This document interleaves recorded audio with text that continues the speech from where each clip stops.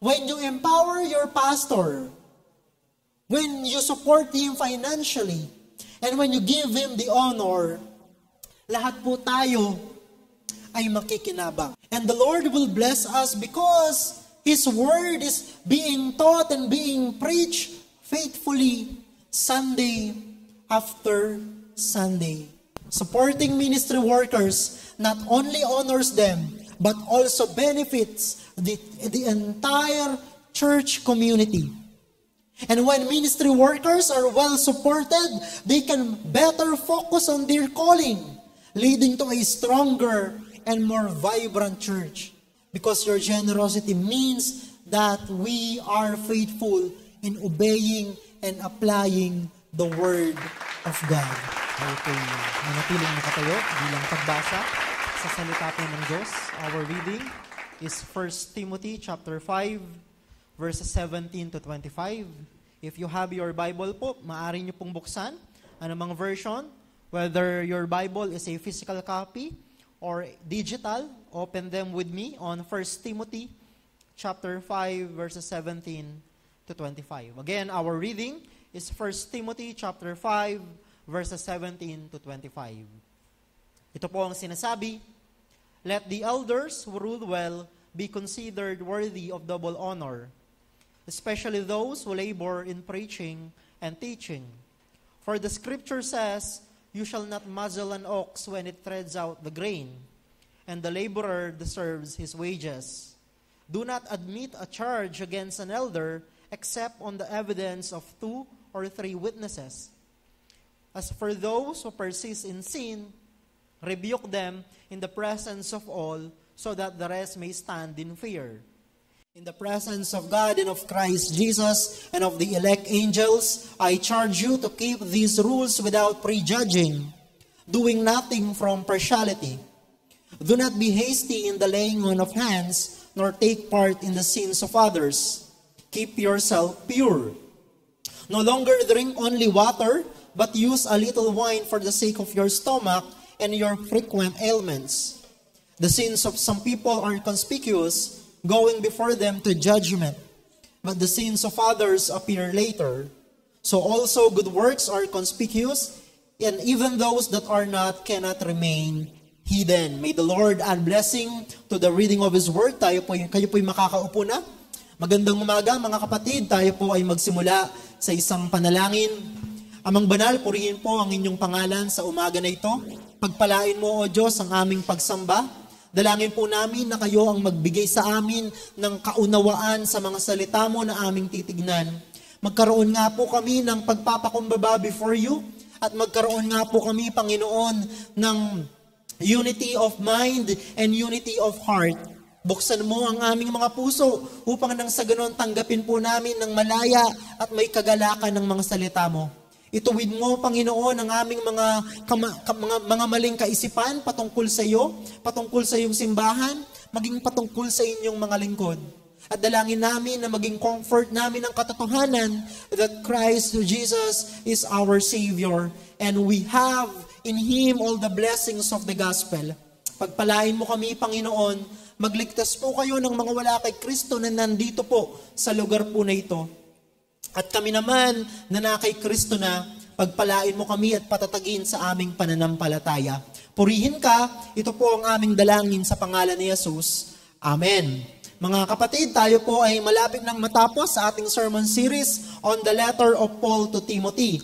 At ngayong umaga po, nagpapatuloy tayo sa series na to, at ang pamagat po ng ating message for this morning ay special honor to pastors and elders. A special honor to pastors and elders. Isa po talagang maituturing na ministry manual itong sulat ni Apostol Pablo kay Timothy. And I believe yun naman talaga ang disenyo ng mga liham po na ito. Katulad po ng mga sinabi ko na sa mga nakalipas po na linggo, no, there are 3 pastoral letters na tinatawag sa New Testament. Ang 1st and 2nd Timothy at ang Titus. At alam po natin na ang dahilan kung bakit tinawag pong mga pastoral letters po ito is because they were written to pastors, no? Like Timothy and like Titus. Sila po yung mga tinatawag natin na mga apostolic representative.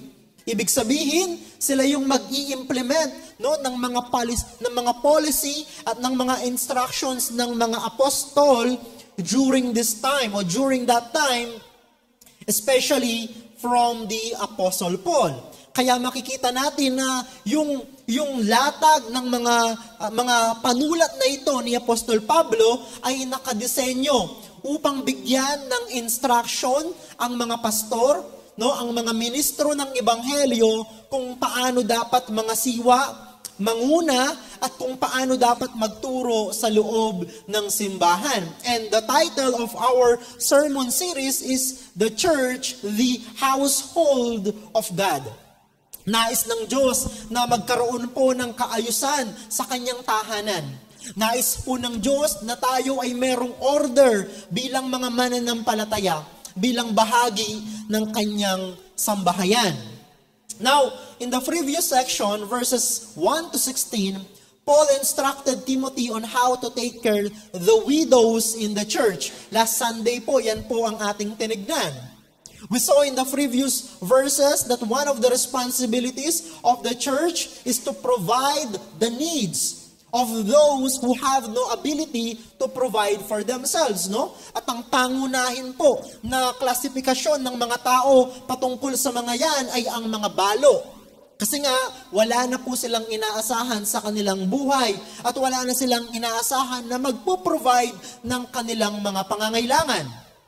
Gayunpaman, nakita natin na mayroong mga qualifications na binigay si Apostol Pablo na hindi basta-basta na pwedeng i-admit yung isang widow para tumanggap ng suporta sa simbahan kung hindi niya nasasatisfy yung mga qualifications. Pero in our passage for today, Paul shifted his focus to the elders and pastors in the church by commanding Timothy to give special honor to pastors and elders, especially those whose primary role is the teaching and preaching of the Word of God.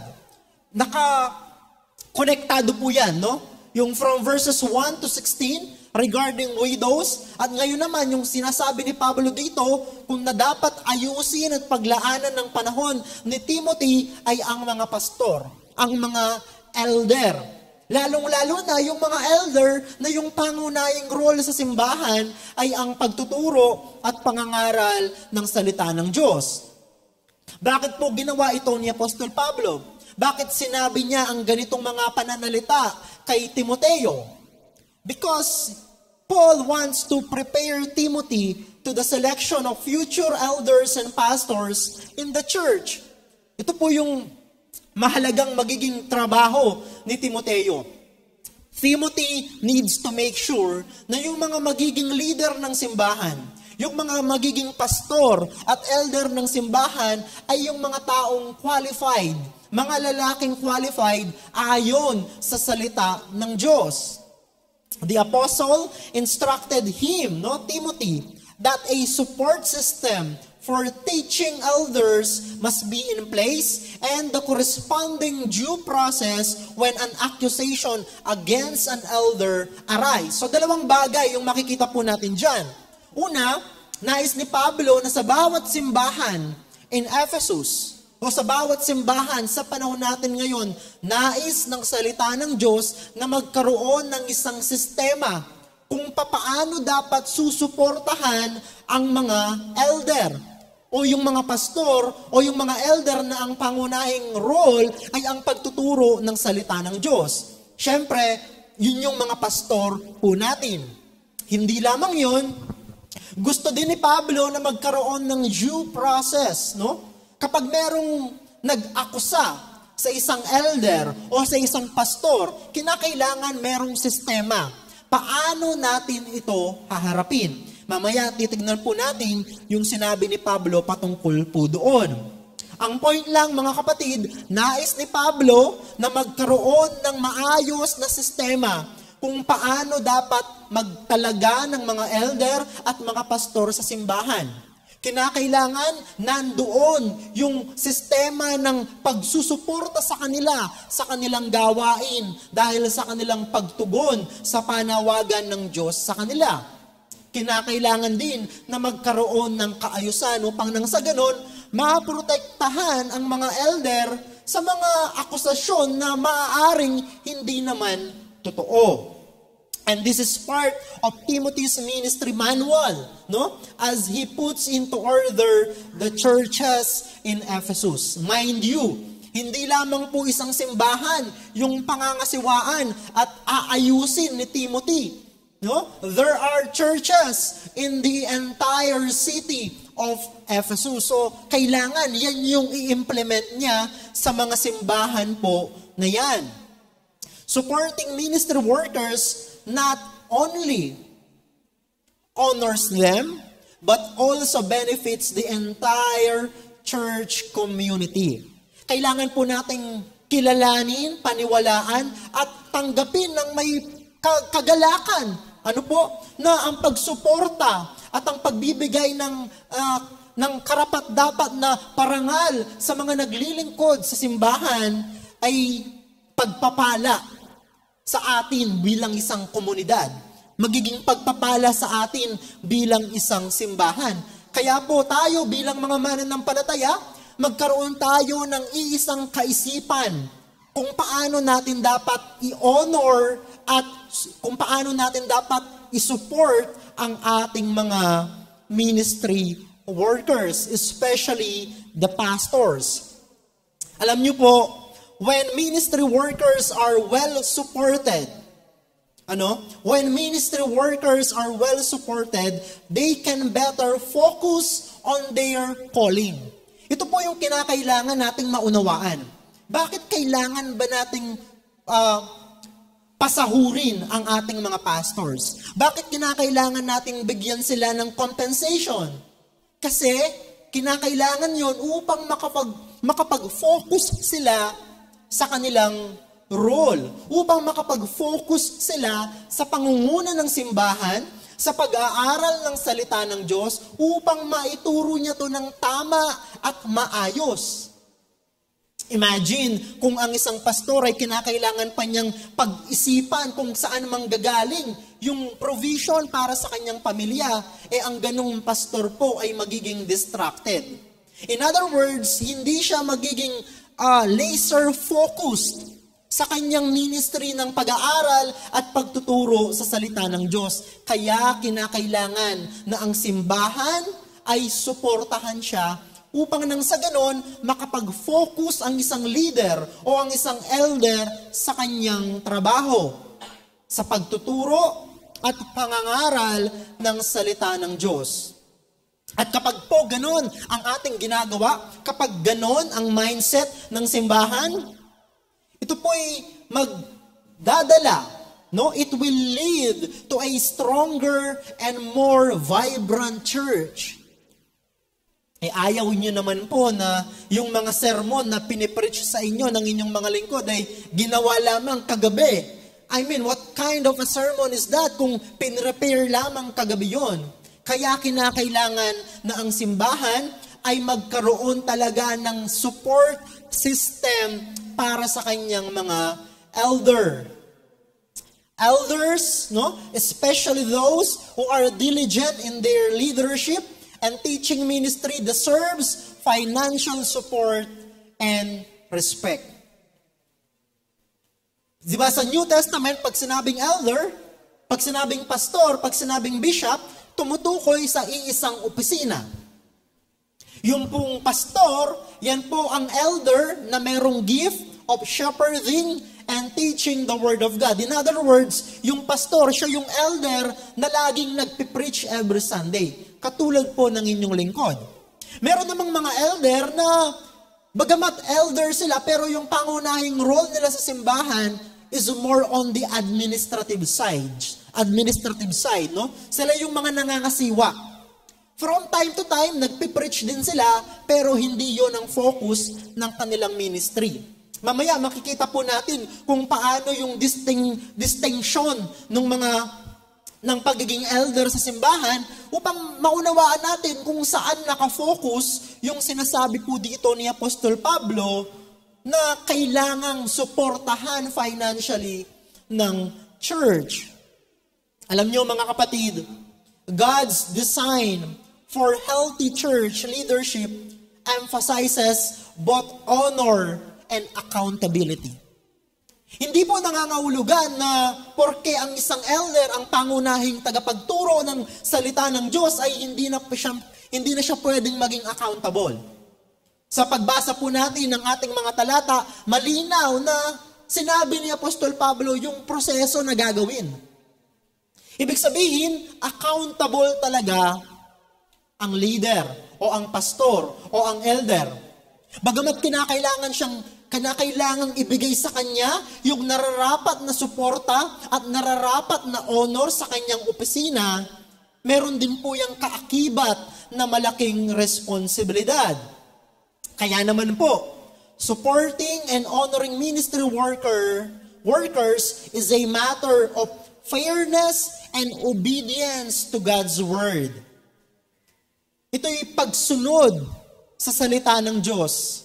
Ito rin ay pagpapakita na pinapahalagahan natin ang kanilang mga ginagawa.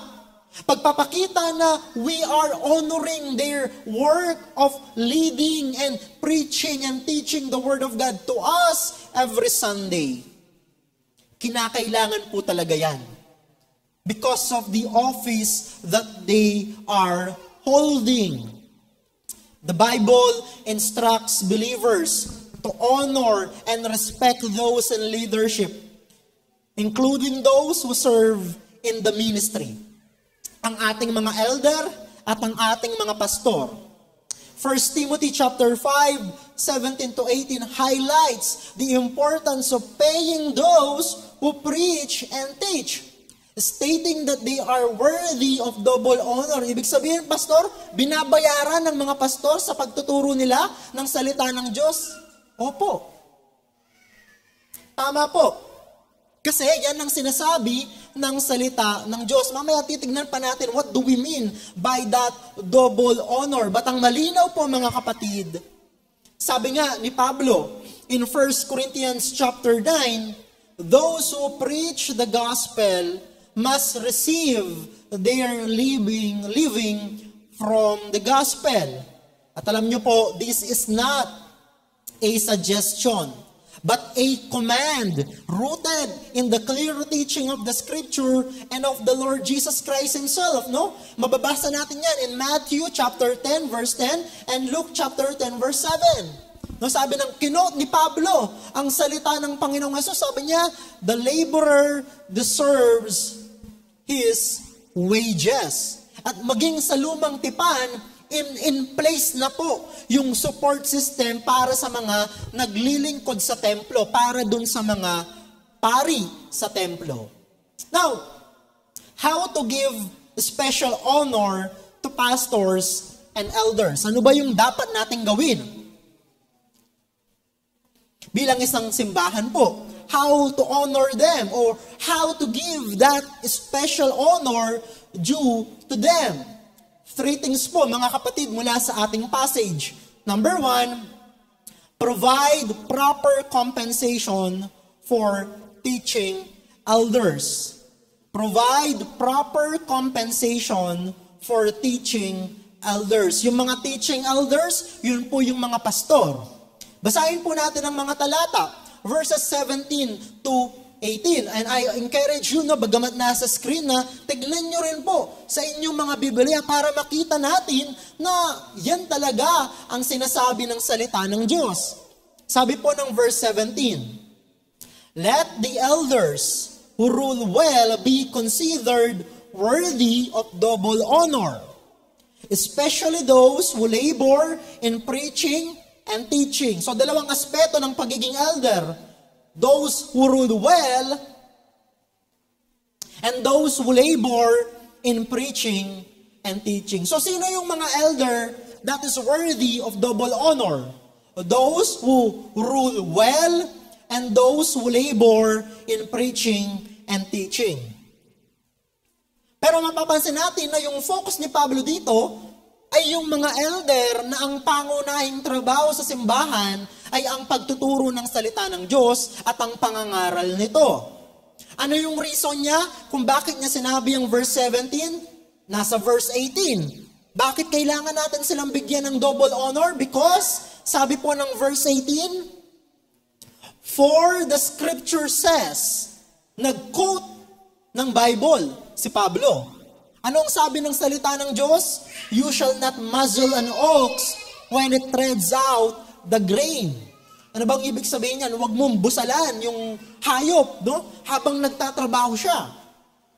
And the laborer deserves his wages. So in verse 18, nag-quote si Pablo ng 2 talata from the Old Testament, one from the Old Testament, and one from the New Testament. Bakit kailangan nating bigyan ng double honor ang mga elder that rule well, and especially those whose main job is the preaching and teaching of the Word of God? Because of the Scripture.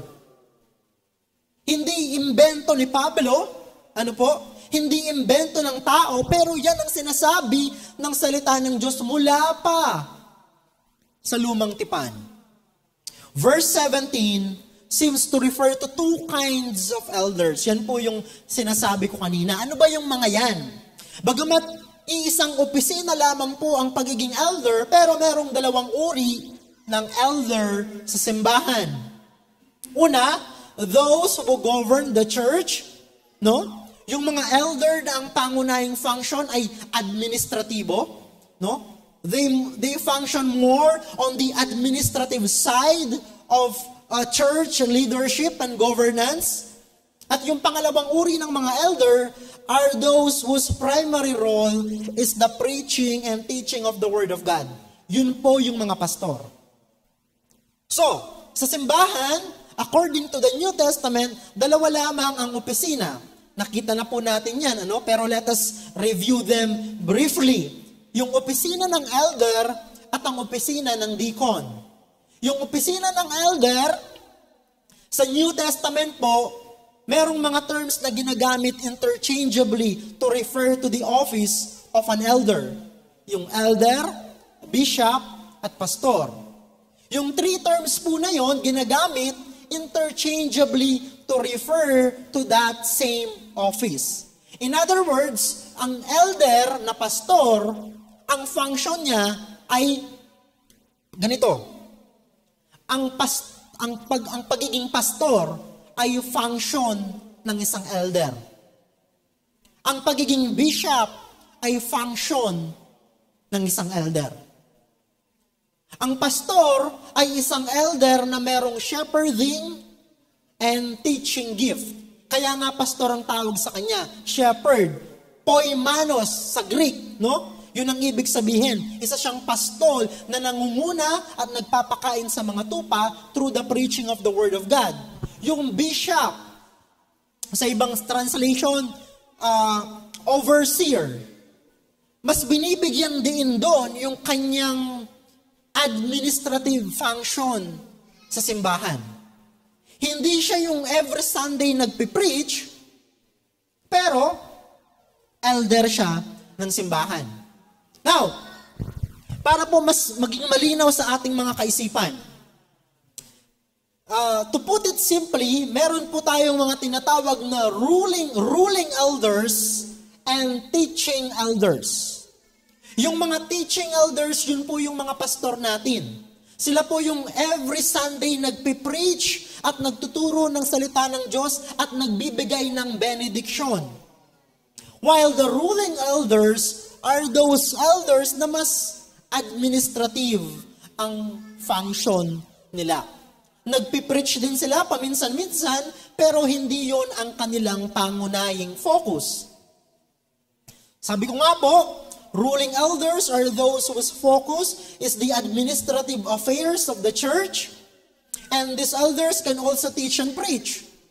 And the teaching elders are the pastors in the church. Their main role is the teaching and preaching of the Word of God every Sunday. Ako po isang elder, part ng Board of Elders ng GCF Pampanga. At ako po ay isang elder na ang pangunahing function is to pastor the flock here at GCF Pampanga West. So, yan po ang aking role, yan ang aking trabaho, to preach and teach the Word of God here at GCF Pampanga West.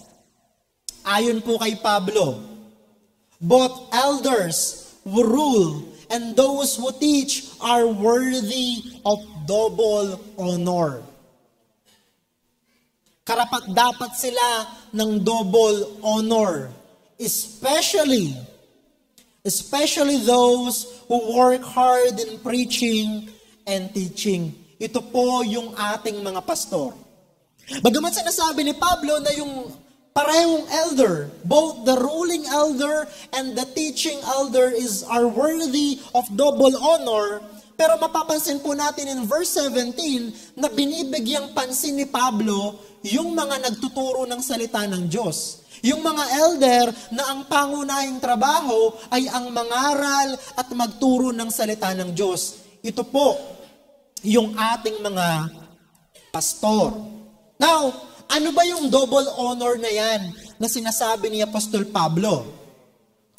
Pag sinabing double honor, it includes respect, appreciation, and financial support for elders and pastors who lead well. Pag sinabing double honor, yan po ang ibig sabihin niyan. Kinakailangan daw na ang simbahan ay bigyan ng respeto ang kanilang mga pastor, pagkilala sa kanilang labor in teaching and preaching the Word of God, and of course, financial compensation. Kasama po talaga yan, mga kapatid. Anong ibig sabihin yan? It means both respect and financial support, especially for those who dedicate significant time to teaching and preaching.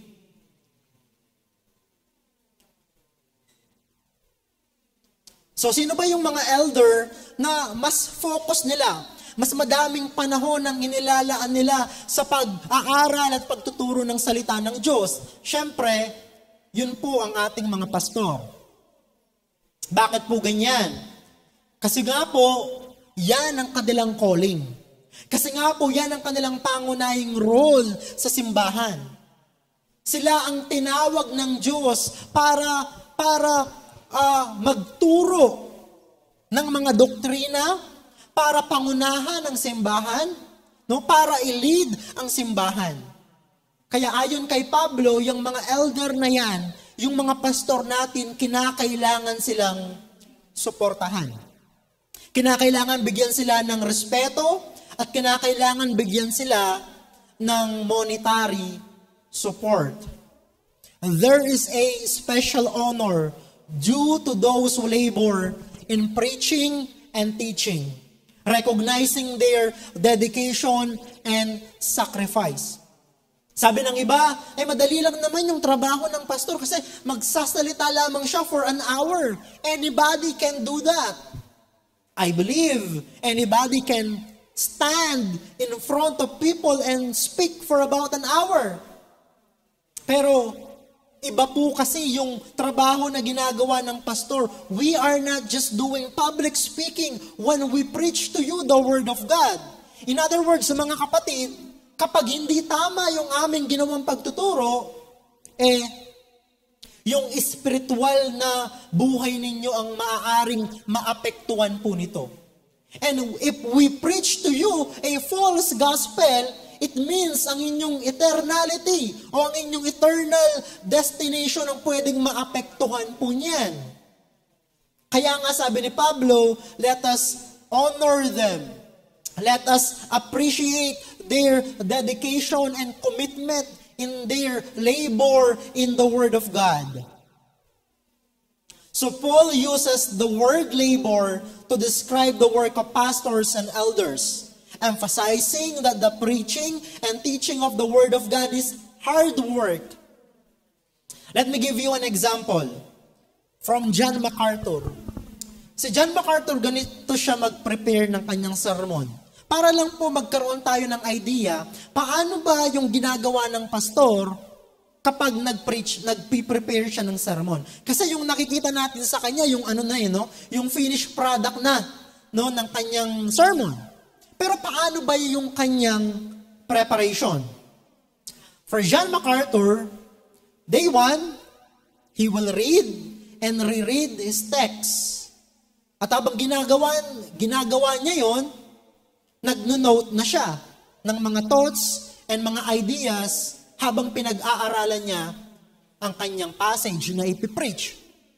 Day number 2, he will read at least 20 commentaries about that single passage. Siyempre, yung 20 commentaries na yon, hindi pare-pareho ang sinasabi. So, kailangan niya ngayong i-consolidate ang kanyang material at gagawin niya yon on the 3rd and 4th day. Sa atin po, sa GCF Pampanga, Martes pa lamang, pinag-aaralan na po natin ang sermon na ipipreach natin on Sunday.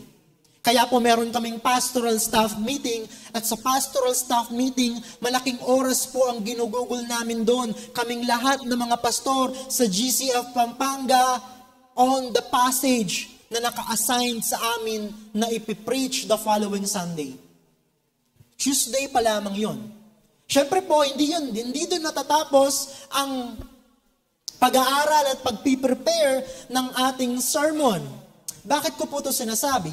Hindi po para itaas ang aming mga bangko, pero para lang po to give you a glimpse. Ano ba ang buhay ng pastor? Bakit po kailangan gumugol sila ng mahabang oras sa pag-aaral ng salita ng Diyos so that they can preach a 50-minute sermon on Sunday? Kasi po, big deal para sa inyong mga lingkod ang salita ng Diyos. Nais po namin na ang salita lamang ng Diyos ang marinig ninyo every Sunday at hindi ang aming mga opinyon. Kaya po we labor in the Word so that talagang lalago kayo sa pananampalataya because what we are preaching to you is the Word of God. Kahit na hindi popular o hindi katanggap-tanggap sa marami yung passage na ating pinag-aaralan.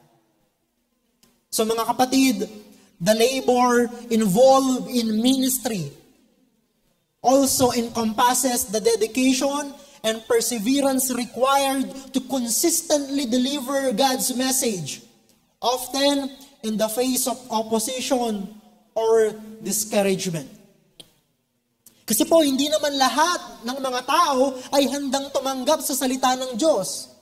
Nakakalungkot nga po, hindi naman lahat ng tao sa loob ng simbahan ay handa na tanggapin ang salita ng Diyos, especially yung salita ng Diyos na hindi tayo komportableng pakinggan. Yung salita ng Diyos na nagre-rebuke sa ating mga kasalanan o kaya naman nagre-rebuke sa ating indifference toward God and toward the church. Kaya nga ang isang pastor, hindi siya pwedeng mag-cater sa kung anong popular at kung sa ano ang gustong pakinggan ng mga tao. Mananatili siyang tapat kay Kristo at sa kanyang salita, and he will preach the word of Christ in season and out of season.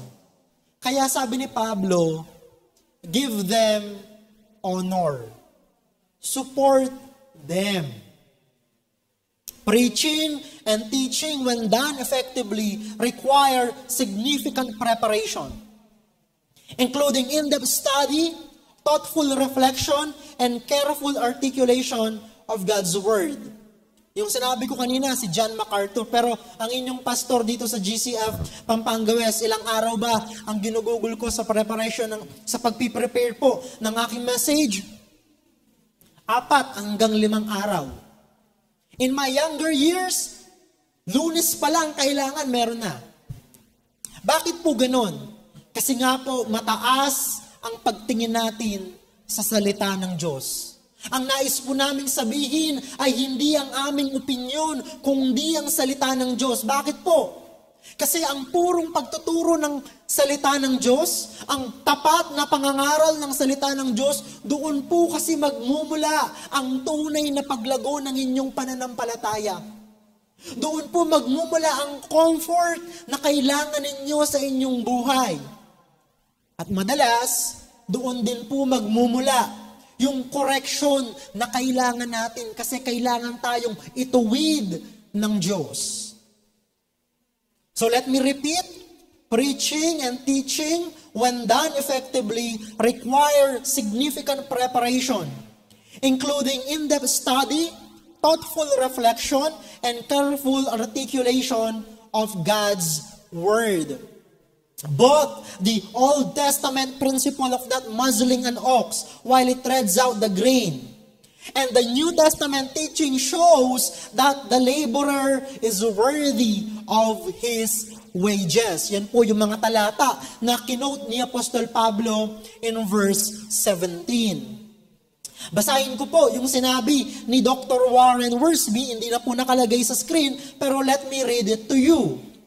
Sabi ni Dr. Warren Wiersbe, if pastors are faithful in feeding and leading the people, then the church ought to be faithful and pay them adequately.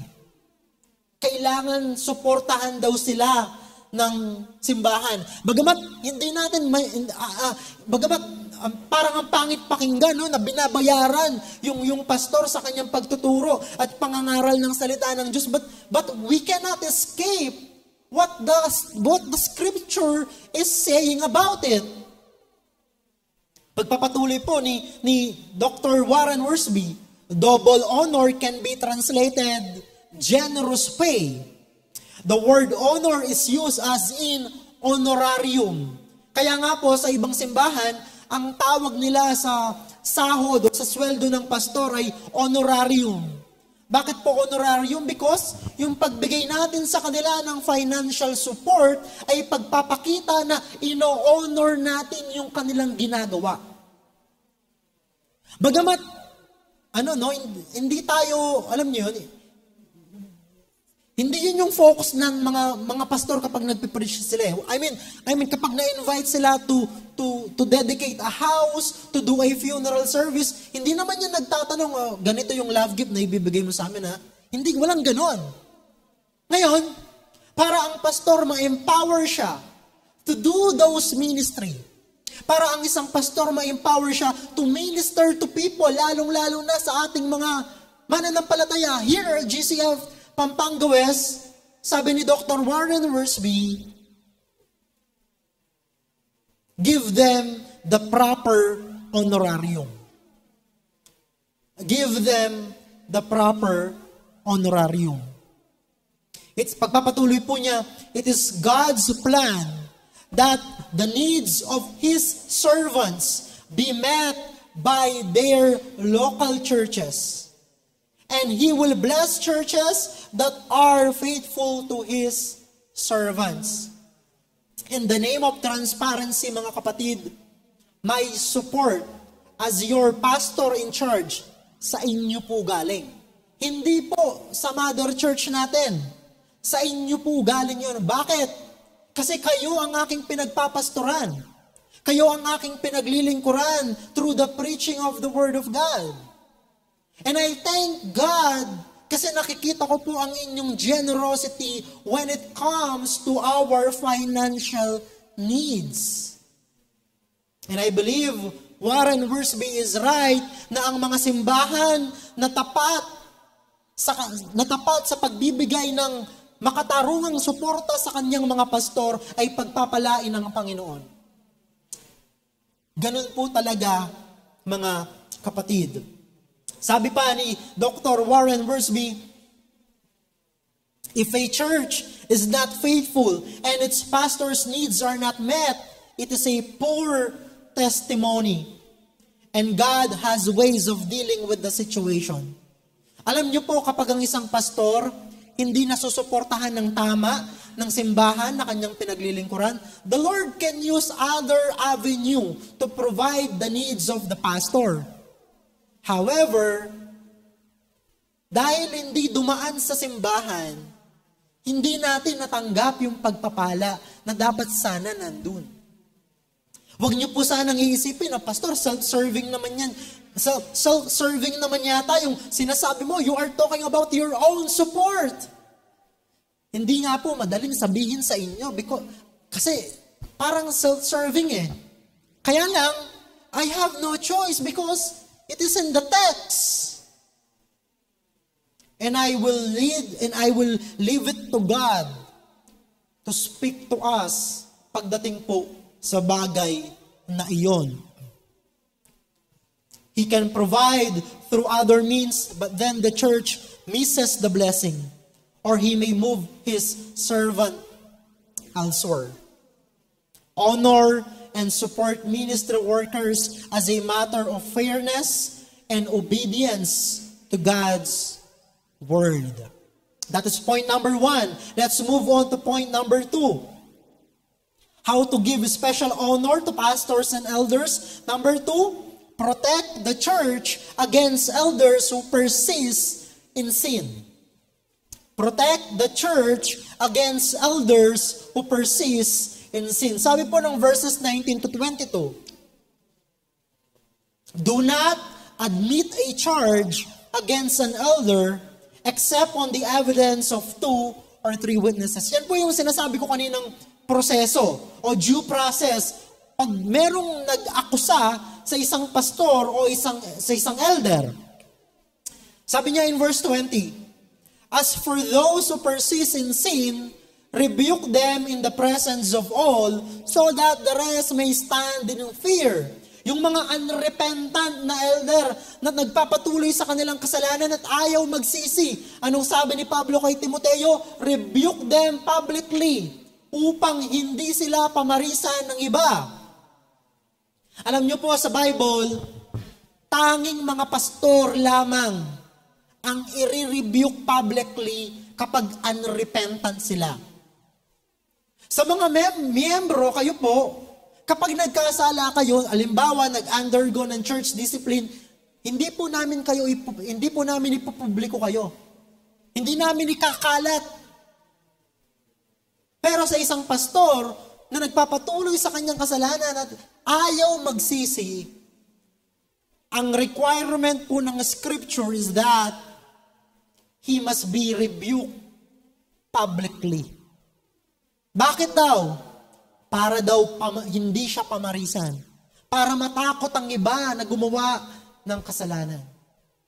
Oo, susuportahan natin dapat sila financially and we will give them honor, pero tignan niyo po, yung accountability na kaakibat ng suporta na yon.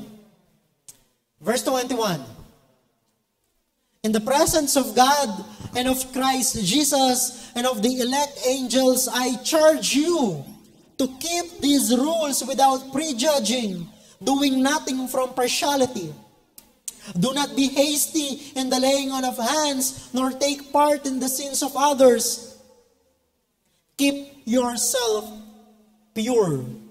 So paano naman i-handle ni Timothy ang pag-discipline sa mga unrepentant elders or pastors? Yan po ang kanyang sinabi dyan. Verses 19 to 22. So maliwanag po mula sa mga talata na ito na require din po na magkaroon ng due process kapag merong nag-akusa sa isang elder. Ibig sabihin, hindi tayo basta-basta maniniwala kung walang konkretong ebidensya. O kaya naman walang patutuo ng 2 hanggang 3 witnesses. Para maging valid ang isang accusation laban sa isang elder, it needs 2 to 3 witnesses that will corroborate their charge against that pastor or against that elder. An accusation against an elder or pastor will only be considered valid if there are 2 or 3 witnesses. And syempre, kapag nangyari yan, it will initiate na yung disciplinary process ng pastor o ng elder. At kapag hindi siya nag-repent, kapag kinall out siya ng ibang mga elder o ng ibang miyembro ng simbahan, ang sabi ni Pablo kay Timothy, rebuke them publicly. According to Paul, those elders or pastors who persist in sin are to be rebuked publicly because the office of eldership in church is a sacred calling from God and therefore must be taken with utmost seriousness and righteousness. Hindi po talaga biro na manguna sa simbahan. Hindi po talaga biro na maging elder ng simbahan o maging pastor sa simbahan. Dahil nga po merong mataas na accountability at responsibility na hinihingi ang Diyos. Kaya ang sino man na nag-a-aspire to become an elder, bagamat isang magiting na layunin at ambisyon na maglingkod sa opisina ng elder, pero meron din itong kaakibat na pamantayan at mataas na responsibilidad at accountability. Kasi po ang opisina ng elder ay isang sagradong opisina na galing sa Diyos. Hindi po mas banal ang mga pastor o ang mga elder kaysa sa ibang mga miyembro, pero they represent God when they stand before God's people and when they open the Bible to preach it to God's people. Kaya po, ipanalangin po ninyo kami na ingatan ng Diyos ang aming mga patutuo, na ingatan kami ng Diyos laban sa tukso na maaaring magpahiya sa simbahan o kaya naman maaaring magpa-disqualify sa aming opisina. In cases of serious sin, public rebuke may be necessary in the presence of the congregation to demonstrate the seriousness of the situation and serve as a deterrent to the rest of the church. Ibig sabihin mga kapatid, sa isang simbahan, kailangang i-big deal ang kasalanan. Sa isang simbahan, hindi itinotolerate dapat ang pagkakasala, lalong-lalo na kung ang involved ay isang pastor o isang elder. Kaya po, you have the responsibility to make your leaders accountable according to the standards of the Word of God.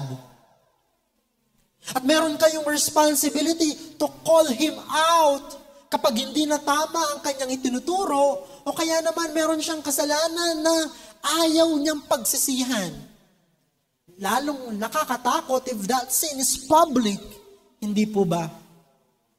Kaya po napakahalaga ng inyong pananalangin sa Diyos upang protektahan ng Diyos ang kanyang lingkod laban sa kasalanan.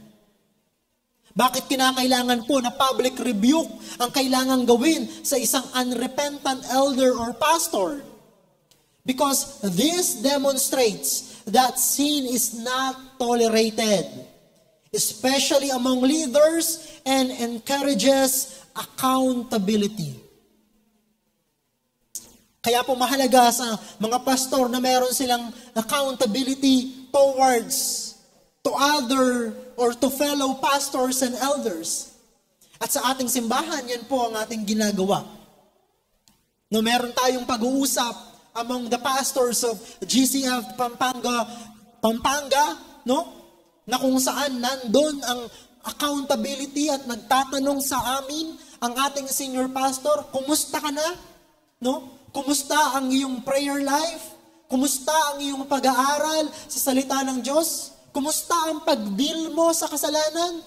Kasi mga kapatid, like you, nakikibaka din po ang inyong mga pastor sa kasalanan. Kaya po kinakailangan ng accountability at kinakailangan maipakita natin sa bawat isa na seryoso ang kasalanan and therefore we need to kill it. And one way to do that is yung corporate na pananalangin ng simbahan. Corporate na pananalangin natin sa bawat isa, but especially para sa pastor. And this practice of public rebuke is intended to maintain order and promote fear of sinning among the church members, particularly the leaders. So hindi lang po yan para sa mga pastor, pero para sa ating lahat. Lahat tayo dapat ay maging accountable sa bawat isa at sa salita ng Diyos. Bawat tayo kinakailangang bantayan ang ating mga sarili upang nang sa ganun, hindi tayo magkasala laban sa Diyos. Upang nang sa ganun, mapanatili nating dalisay ang ating patotoo bilang isang simbahan. Now, in verses 21 to 22, Paul directs Timothy to ensure that these rules will be implemented in the church, especially when dealing with pastors and elders. Maliwanag sa mga talata pong yan, no? Sabi niya, I charge you, no? In the presence of God and of the elect angels to implement or to do these things without partiality. Timothy must keep these rules without bias and prejudice. So kinakailangan si Timoteo bilang isang apostolic representative, kailangan objective siya sa pagtingin ng mga bagay-bagay. Especially kung ang involved dito ay ang mga elder in Ephesus. Kaya nga sabi niya, huwag kang basta-basta makikinig sa mga akusasyon laban sa isang elder kung walang 2 or 3 witnesses.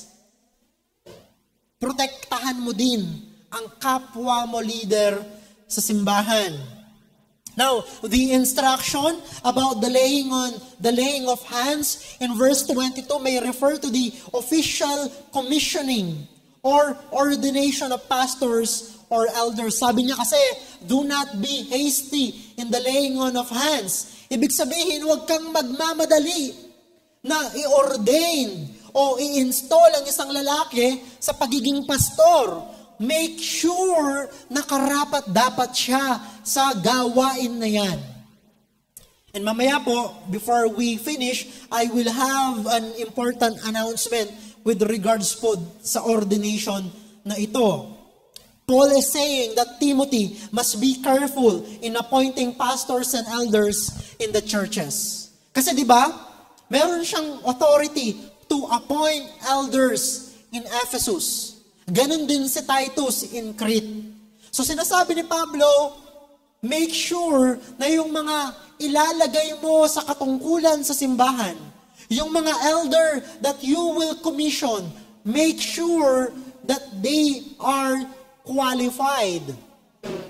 At kasama din dito in 1 Timothy, di ba? Yung mga qualification ng pagiging elder. Kaya nga po, if Timothy will not be careful in the laying on of hands, unqualified men can become pastors or elders in the church. And when their hidden sins were exposed, Timothy will be responsible for it. Bakit? Kasi hindi dumaan sa proseso. Hindi mo na sinubukan kung talagang karapat-dapat na magpastor o mag-elder yung tao na yon. Kaya nga sabi ni Pablo sa kanya, do not be hasty in the laying on of hands, nor take part in the sins of others. Keep yourself pure. Kasi meron siyang magiging pananagutan sa Diyos at sa simbahan kapag yung mga hindi karapat-dapat ang naging lingkod o ang naging leader sa simbahan. Basahin ko po muli sa inyo ang verses 21 to 22. Sabi po, in the presence of God and of Christ Jesus and of the elect angels, I charge you to keep these rules without prejudging, doing nothing from partiality. Do not be hasty in the laying on of hands, nor take part in the sins of others. Keep yourself pure. And the passage concludes with a solemn charge to maintain these principles without prejudice, doing nothing out of favoritism or partiality. Huwag kang kikiling ng kahit kanino lang, wala kang kikilingan na kahit sino. Yan ang tagubilin. Yan ang utos ni Pablo kay Timoteo. And this highlights the importance of treating all individuals equally and fairly, regardless of their position within the church. So pwede nating i-apply yan, hindi lang sa mga pastor, pero sa ating lahat. Na dapat nating itrato ang bawat isa ng walang malisya, walang favoritism, kundi maging pantay ang ating trato, ang ating maging trato sa bawat isa, sapagkat lahat po tayo ay pantay-pantay din sa harapan ng Diyos. Lahat po tayo kailangan ang bawat isa. Wala po ni isa man sa atin ang pwedeng magsabi na hindi natin kailangan ang ating kapatid. Anuman ang posisyon sa simbahan, anuman ang katayuan sa buhay, hindi po tayo magdi-discriminate sa ating mga kapatid. We will treat them with equal dignity and love and service because that is what is pleasing to God, our Savior. So, to end point number 2, mga kapatid, avoid prejudice or partiality when dealing with pastors and elders. Reminding the congregation that God is keeping watch on the evil and the good. And that leads us to point number 3. Point number 3, promote the well-being of elders while doing good. Promote the well-being of elders while doing good. Sabi po ng verses 23 to 25, no longer drink only water, but use a little wine for the sake of your stomach and your frequent ailments. The sins of some people are conspicuous, going before them to judgment, but the sins of others appear later. So also good works are conspicuous, and even those that are not cannot remain hidden. Anong sinasabi dyan ni Pablo? Alam niyo mga kapatid, we cannot deny. Hindi po natin maitatanggi mula sa mga talatang ito that ministry work, especially when it comes to the process of choosing elders and the action of discipline when they are unrepentant, can affect the physical health of a minister. May karamdaman si Timothy. Sabi ng ibang mga scholars, hindi kasi malinis yung tubig na iniinom nila noong panahon na yon. Siyempre, kapag hindi malinis ang tubig na ininom mo, kahit naman sa panahon natin ngayon, sasakit talaga ang tiyan mo. Hindi natin alam kung ano yung sakit na meron siya, pero malinaw na it has something to do sa kanyang stomach. And I tend to agree with these scholars kasi nga, noong panahon po na yon, mas safe pang uminom ng alak kaysa sa tubig. Kasi nga, wala naman silang malinis na tubig nun At least yung alak, di ba? Na-ferment na mamatay na yung mga bakterya. So sinasabi ni Pablo dito, by the way, yung verse po na yun, hindi po yun proof text para i-justify yung pagiging lasenggo, no? Medicinal yung purpose ng wine po na yon. Ang point lang mga kapatid, in the ministry,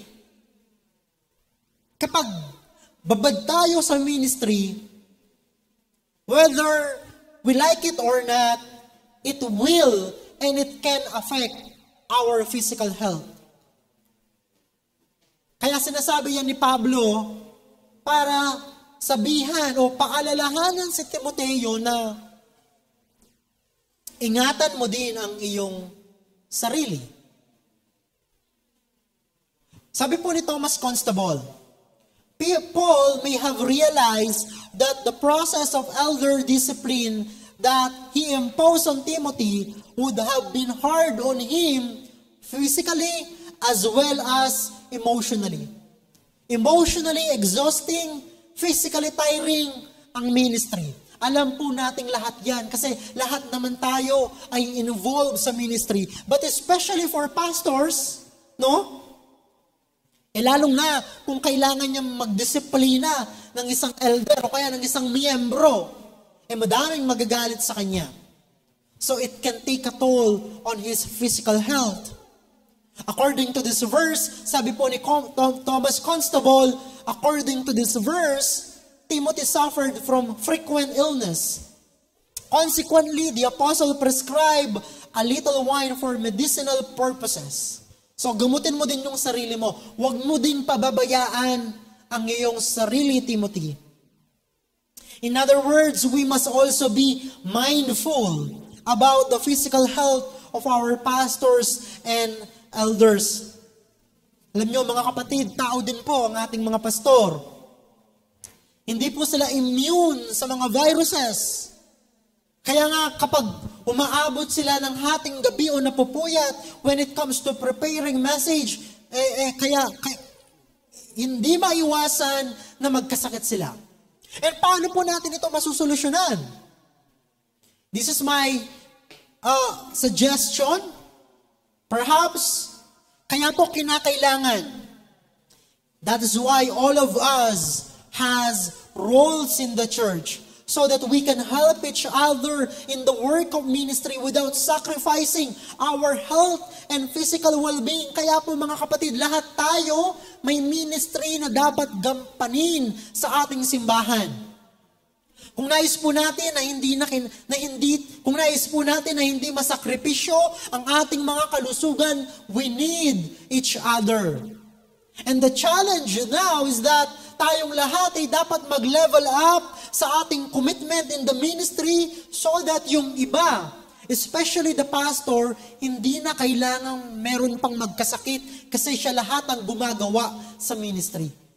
After all, lahat po tayo ay bahagi ng katawan ni Kristo.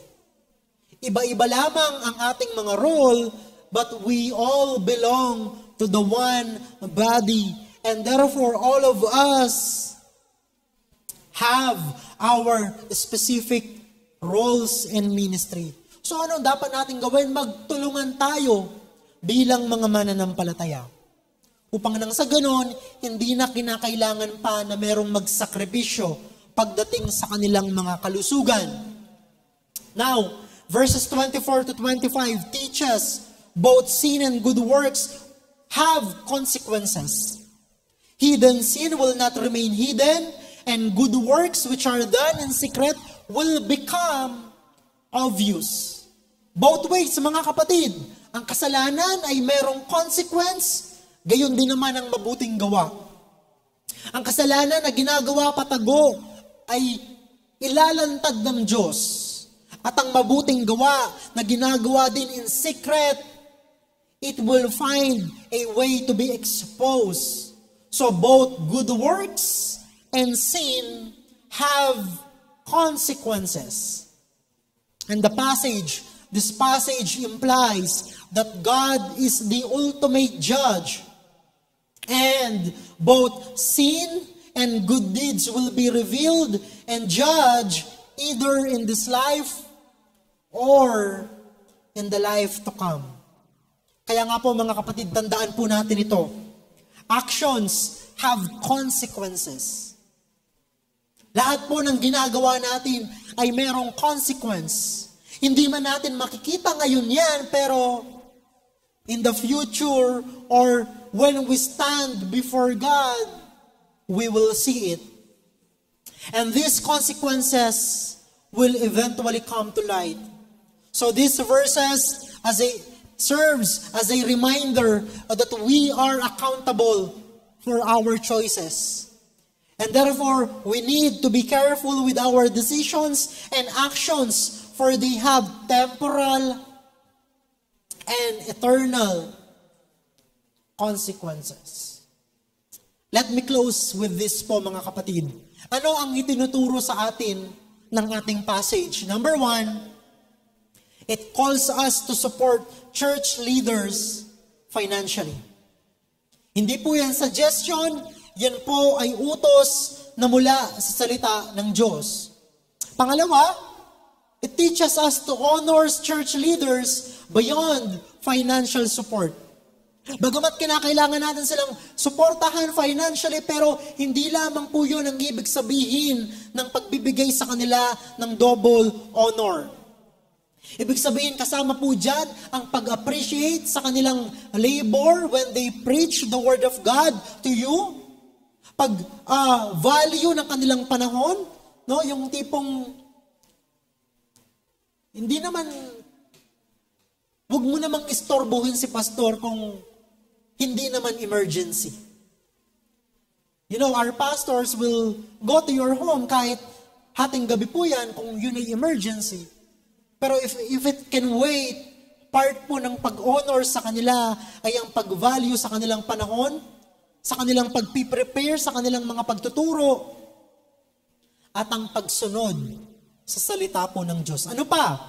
It reminds us to avoid exploitation, no? The passage implicitly warns against exploiting those who serve the church by not providing for their needs, mirroring the cruelty of Maslingen Oaks. Exploitation pala ang tawag kapag hindi sinusuportahan ng tama ng simbahan ng kanyang pastor.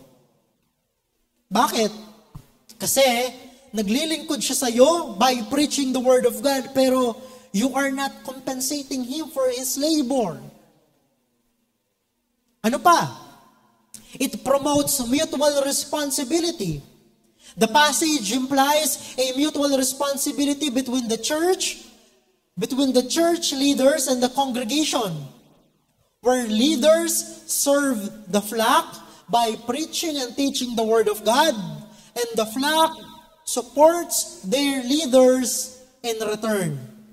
Naalala ko yung sinabi ni Pablo in Galatians chapter 6 verse 6, no?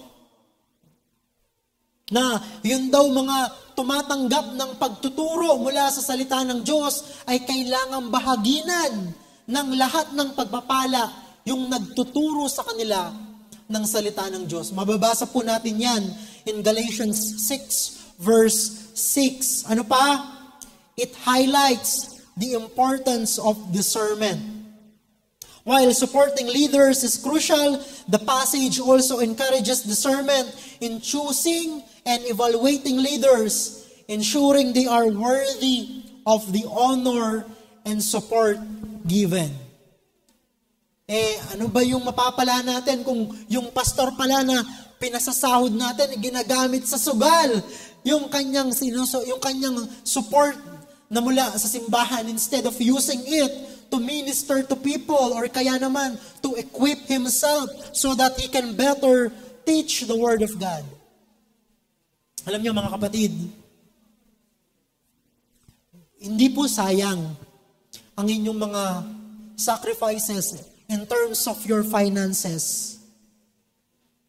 Hindi po sayang kapag sinuportahan ninyo ng tama ang inyong pastor at sinuportahan ninyo ng generous ang simbahan. The compensation that we are receiving from the church, syempre una, ginagamit po namin yan to provide for our needs, no? Sa pang-araw-araw naming pamumuhay. Pero yung iba po dyan, ginagamit din namin to do good works. Kapag minsan kasi hindi maiwasan na may lalapit sa pastor. And for me, mas empowering yung when you support us financially, I am empowered to better equip myself para mas lalo ko pong mahusay na maituro sa inyo ang salita ng Diyos. With that, ang ibig kong sabihin, I can buy books na kinakailangan para mas maging mahusay po ako sa pagtuturo at pag-aaral ng salita ng Diyos. So when you do that, you are actually investing. At merong ROI, bagamat hindi natin ginagamit yun sa simbahan at hindi naman kasi yun applicable. Ang point lang, when you empower your pastor, when you support him financially, and when you give him the honor, lahat po tayo ay makikinabang.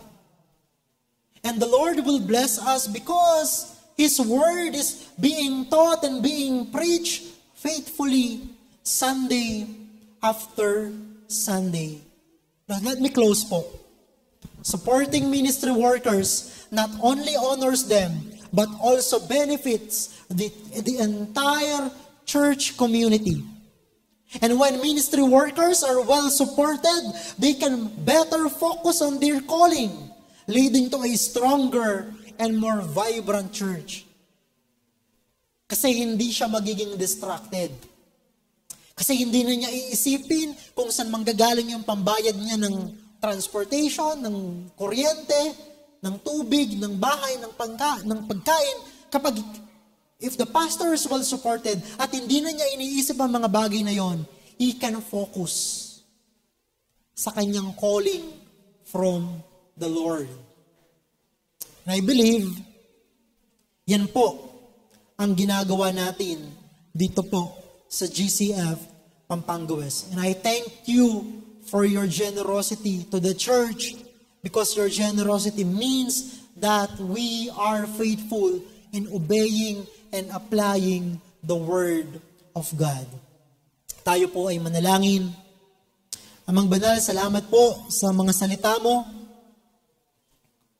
Salamat po dahil kayo po ang Diyos namin na provider ng lahat ng aming mga pangangailangan. Panginoon, salamat po sa aking mga kapatid na nandirito hindi lamang upang makinig ng inyong salita, pero nandirito rin upang handang sambahin ka sa pamamagitan po ng kanilang paglilingkod, sa pamamagitan ng kanilang mga finances. Panginoon, salamat po dahil nandito sila, able and willing to support your ministry. May you continue to bless them. And may you continue to bless the work of their hands, and may you continue to give them the delight to know you more through your word. At nawa lahat po kami ay lumago ng sabay-sabay sa aming pananampalataya. And may we find our ultimate delight and happiness in your word and in the gospel. Purihin ka, Panginoon, ihanda mo po kami as we take the Lord's table. In Jesus' name, Amen.